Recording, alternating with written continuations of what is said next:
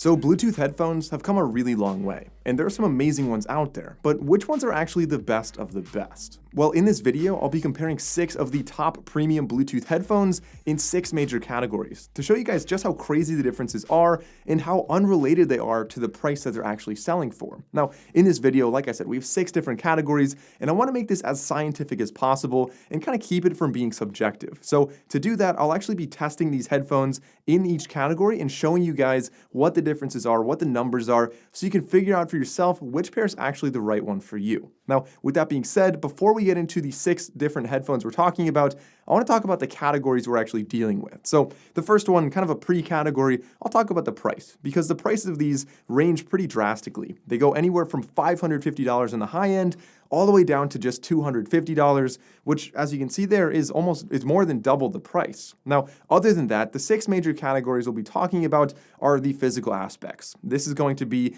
anything from the aesthetic to the waterproofing, durability, the case, everything like that. Secondly, we'll talk about the controls. So when you're using these, as I've been using them for several months now, if not even longer, the controls become really important. You want to make sure you can skip songs and do everything you want to without having to take your phone out every single time. The third category is actually features. After that, category 4 is the sound quality. After that, we'll talk, of course, about the active noise cancellation. I'll do a full ANC test to show you guys just how different these actually are, because this one, out of all the categories, has the biggest discrepancy, just the biggest difference between them. And then, of course, the last one is going to be the comfort. Okay, so with that being said, let's get into the contestants for this video. And I want to go in reverse order, so start off with the most expensive ones and then work our way down to the cheapest pair. The most expensive ones, selling at $550, are the brand new Apple AirPods Max. Now, the AirPods Max came out a couple months ago and have been pretty disruptive to the industry. People really were surprised by the price, but these promise to have great sound quality, great active noise cancellation, and of course are in the Apple ecosystem. So we'll see how these compare to the rest. But like I said, a very, very high price tag. After that, the next one is $170 cheaper, and we're looking at the Bose 700s. The Bose 700s sell for $380 and have been on the market for about a year. They've pretty much been a staple in the industry for active noise cancellation among travelers and, just everybody going to work. It's a really common pair of headphones. After that, we have a 3-way tie at $350, and this kind of seems to be like $380, $350. It's a pretty standard price for premium Bluetooth headphones. So the 3 that are selling at $350, well, the first one is the Sony WH-1000XM4s, a very Sony name, really annoying to say, but a very promising pair of headphones. The second one are the Sennheiser Momentum 3s. These came out about a year ago, but again, have a very interesting aesthetic, really nice premium leather, and a lot more we'll talk about in this video. And then the third one is also another pair of Sennheiser headphones. These are the Sennheiser PXC 550-2s. Not the most convenient name, again, but regardless, they're very light and really geared for traveling. And then below that, the cheapest one are $250, and these are the Jabra Elite 85H. Okay, so those are the 6 contenders. Let's get into category number 1, which are the physical aspects of these headphones. And there's really 3 main things I want to look for in each of these. One of them is the durability. The second one is the aesthetics, and the third thing is actually the case that they're being stored in. So starting off in last place, there's actually a tie in last place between the Jabra 85H and the Sennheiser 550s. Now, the 550s don't have anything inherently wrong with them. I think they're a pretty solid design, no creaking, pretty durable, but really the drawbacks are this. The case is, pretty simple, pretty small, and I really don't like how the wires are stored down in the corner in a mesh pouch. And really the big drawback was that they're using a micro USB to charge them. Now the Jabra 85H, I like the aesthetic of these better. I really like the black and copper. The case is a hard case. There's a lot that they did right. It also has a water resistance rating, IPX4, but the drawback with these is this.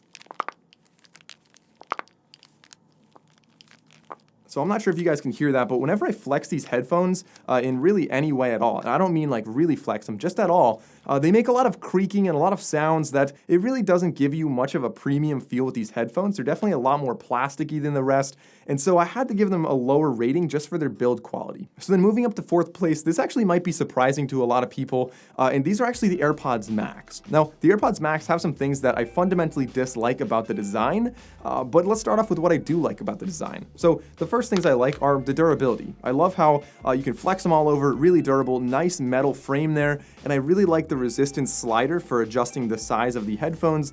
It's just a really nice, smooth way to do that. great engineering, great tolerancing there. And I love how the cups are actually replaceable through just a magnet, very easy to take them off. So the things I really dislike, however, come down to, first of all, remember how I said the case was important in this category?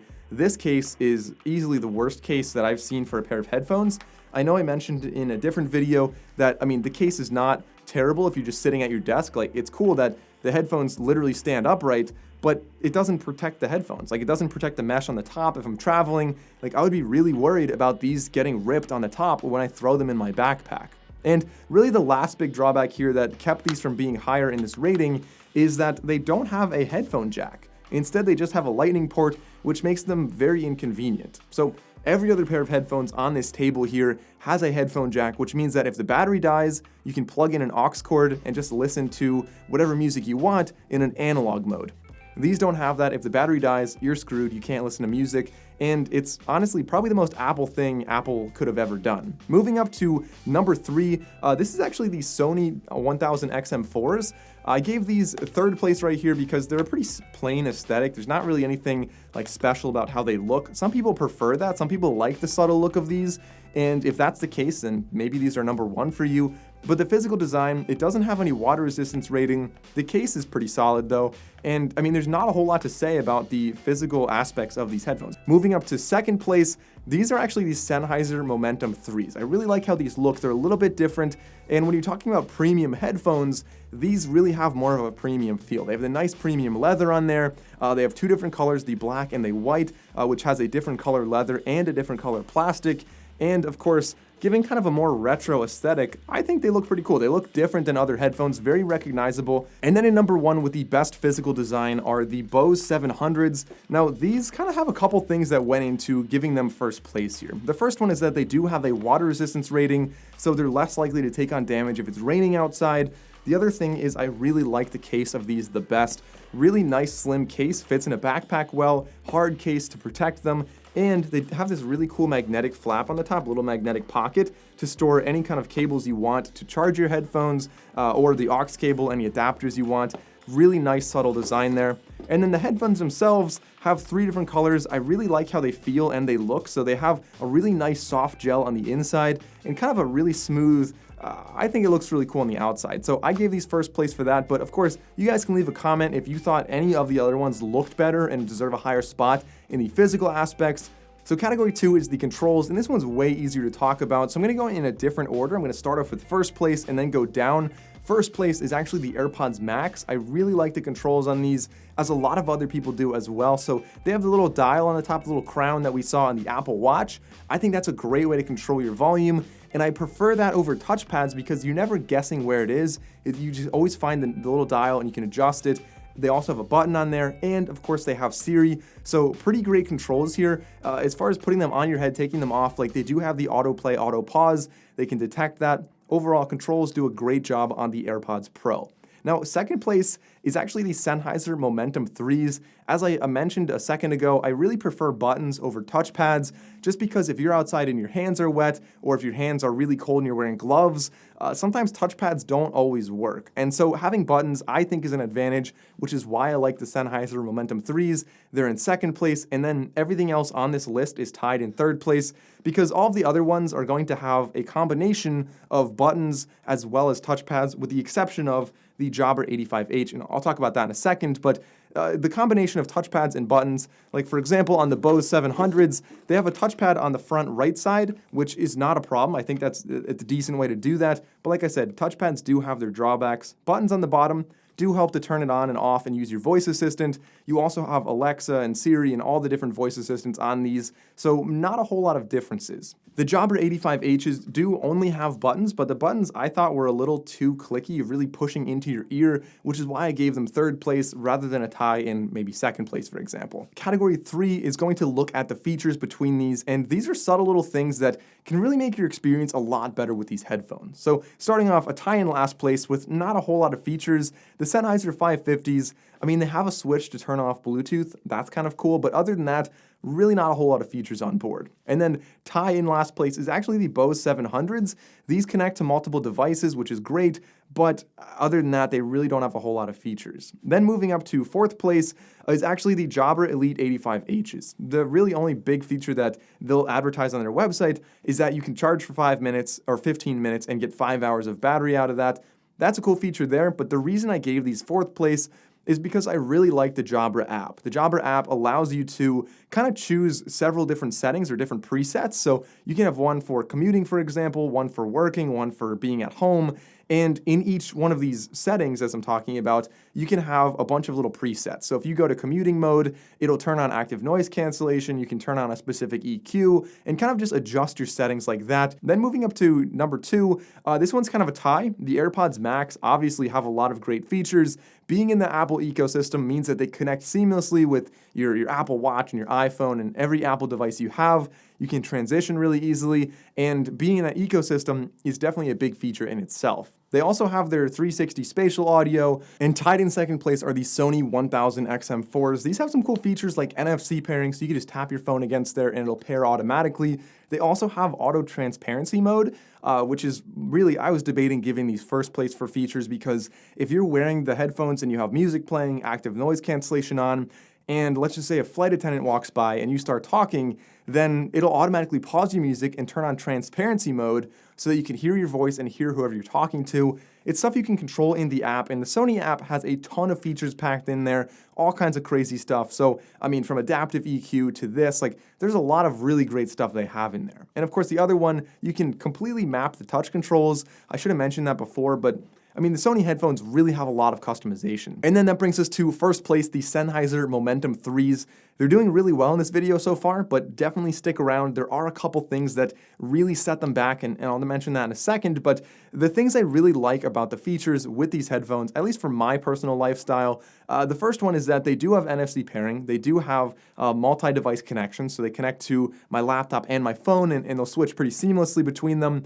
Like, all of that's really nice stuff. They also have a USB Type-C or an aux connection, so if my headphone battery dies, which unfortunately the battery on these might die, it only lasts about 17 hours, then I can connect and listen in analog mode using the aux cord right there, just a basic headphone jack, or I could use a USB Type-C cable, and that not only charges my headphones, but they also work simultaneously.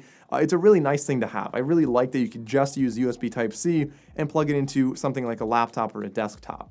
And then, of course, the other thing that these have that really put them in first place, in my opinion, is the tile integration. I really like to see that innovation on here where if I lose these headphones, I will be able to find them. It'll kind of vibrate and make some sound, and it makes it easier to find your headphones. I mean, I lose stuff all the time, so having tile built in is pretty great for my lifestyle, but if you don't lose stuff as much, maybe the Sonys would be a good number 1 for this category. All right, category 4 is the sound quality, obviously fundamentally important to any analysis of headphones, especially premium ones. And starting off in last place, I think a lot of people could probably guess this based on the price and the build quality. The Jabra 85H by no means sounds bad, but they're just not up to par with the other ones on this list. They're going to be a little bit muddier, a little bit less clear, and a little bit less detail in there. They're also only using AAC and SBC as their codecs, so you're not going to get that high information transfer from your device, and so it's going to be a little bit of a drawback there. So that's why they're in last place here.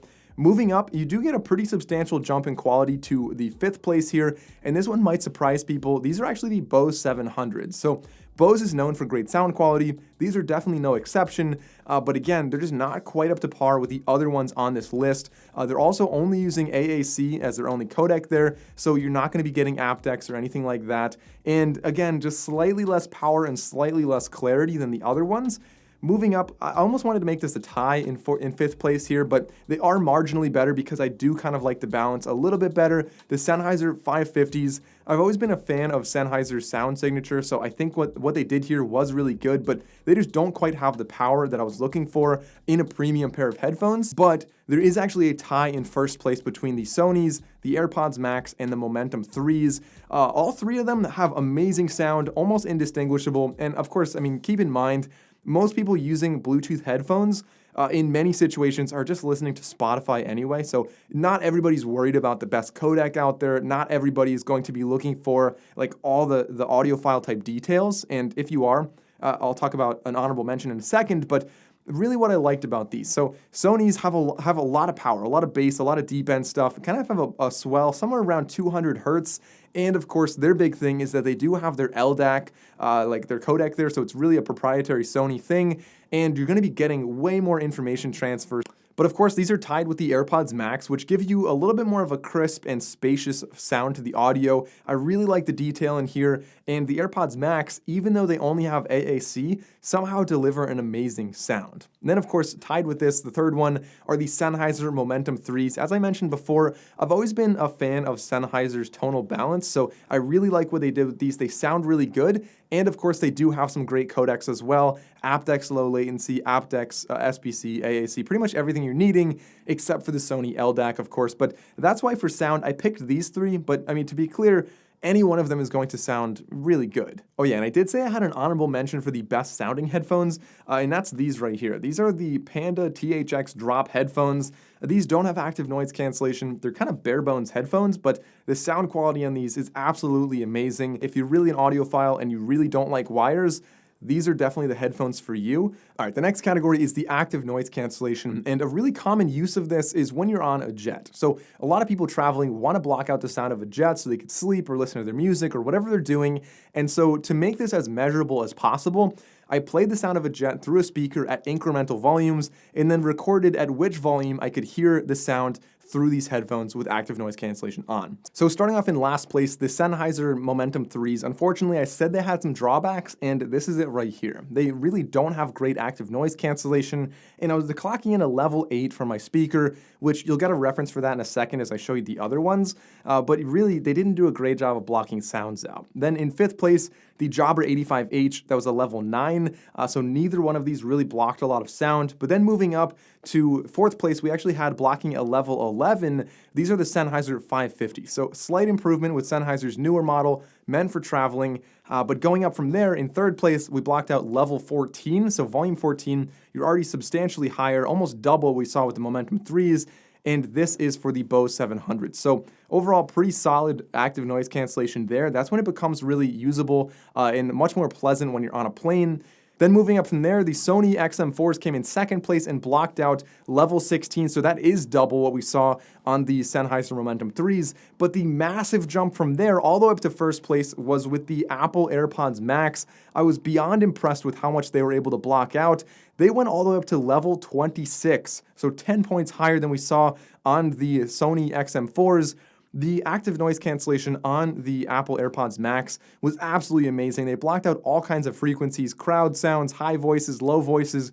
Anything you're listening to really gets blocked out with the active noise cancellation on the Apple AirPods Max. So those absolutely take the cake here. But bringing us into the final category for this video is actually the comfort, and this kind of comes down to several things. I want to talk about the weight of them, how warm they get on your ears, and of course how comfortable they are. So again, going from last place up to 1st, unfortunately the Sennheisers kind of have a downfall here as well, and I think this ties in with the active noise cancellation. They don't have a really tight fit on your ears, and even though it's a nice premium leather, I found that they kind of just were not the best there. So they got a little bit warm, they were a little bit heavier to wear, and so they were not the most comfortable. But going up from there, in 5th place, the Jabra 85H, just a cheaper build, but overall they were a little bit more comfortable. They got a little bit warm, but they were still pretty light and nice to wear. In 4th place, we had the Apple AirPods Max. I think this kind of goes without saying. They're really, really heavy, far heavier than anything else on this list, but they are pretty comfortable. They have that really nice mesh on the top that kind of distributes the weight a little bit more evenly, and they don't really get hot. So that's why they're in 4th place. They could be better if they were lighter, and really their weight's their big drawback. In 3rd place, the Sennheiser 550s are the lightest on this entire list, so very, very comfortable, very light. The only drawback for them is that over a long day, they do tend to get a little bit hot. Your ears might get a little bit sweaty. Above them, I think the Sony 1000XM4s are very light, very comfortable, and I think that the overall design, the good clamping pressure of these, I think made them a perfect fit. Now, above that, these Bose 700s came in 1st place for this, just because they have that really nice gel on there. They're a very light pair of headphones, and it's very comfortable. They don't really get too hot. Personally, for my own preference, I think that they are the most comfortable. Okay, so that was a lot to talk about, and to figure out which ones are actually the best, we can add up the scores from each of these categories and look at it like a golf score. So being first place in one category is obviously better, so a lower score is better. And looking at last place up to first place, last place was the Jabra 85H. Unfortunately, they didn't quite compete with regards to their build quality and their sound quality and their comfort. Like, they're a little bit lower, but if you're on a budget, if you're looking to spend less than $350, they're a great pair of premium headphones. And then above that, in fifth place, were the Sennheiser 552s. They just didn't quite compete with their physical design or their features. Above that were the Bose 700s. Honestly, the Bose were a really nice pair of headphones, but they just didn't quite compete again with their features or with their sound quality. They are really good, overall great pair of headphones, but as far as the best premium headphones, they just didn't quite make it at number one. Above that, the Sennheiser Momentum 3s have fantastic sound quality, great features, but their active noise cancellation and their comfort were really what set them back. The Apple AirPods Max came in second place. They really crushed it in almost every category. The price was a huge one that set them back. And of course, the other one that set them back was the physical design and the comfort. Being so heavy was a little bit of a drawback there. And that leaves you with number one. The best pair of premium headphones are the Sony WH-1000XM4s. These just crushed it across the board. Great sound quality, great active noise cancellation. Everything about these headphones is just really easy to recommend. So there you guys have it. If you're looking for a great pair of premium Bluetooth headphones, it seems like the Sonys might be the one to go with. If you enjoyed this video, guys, consider liking and subscribing. Thanks for watching. I'll see you next time.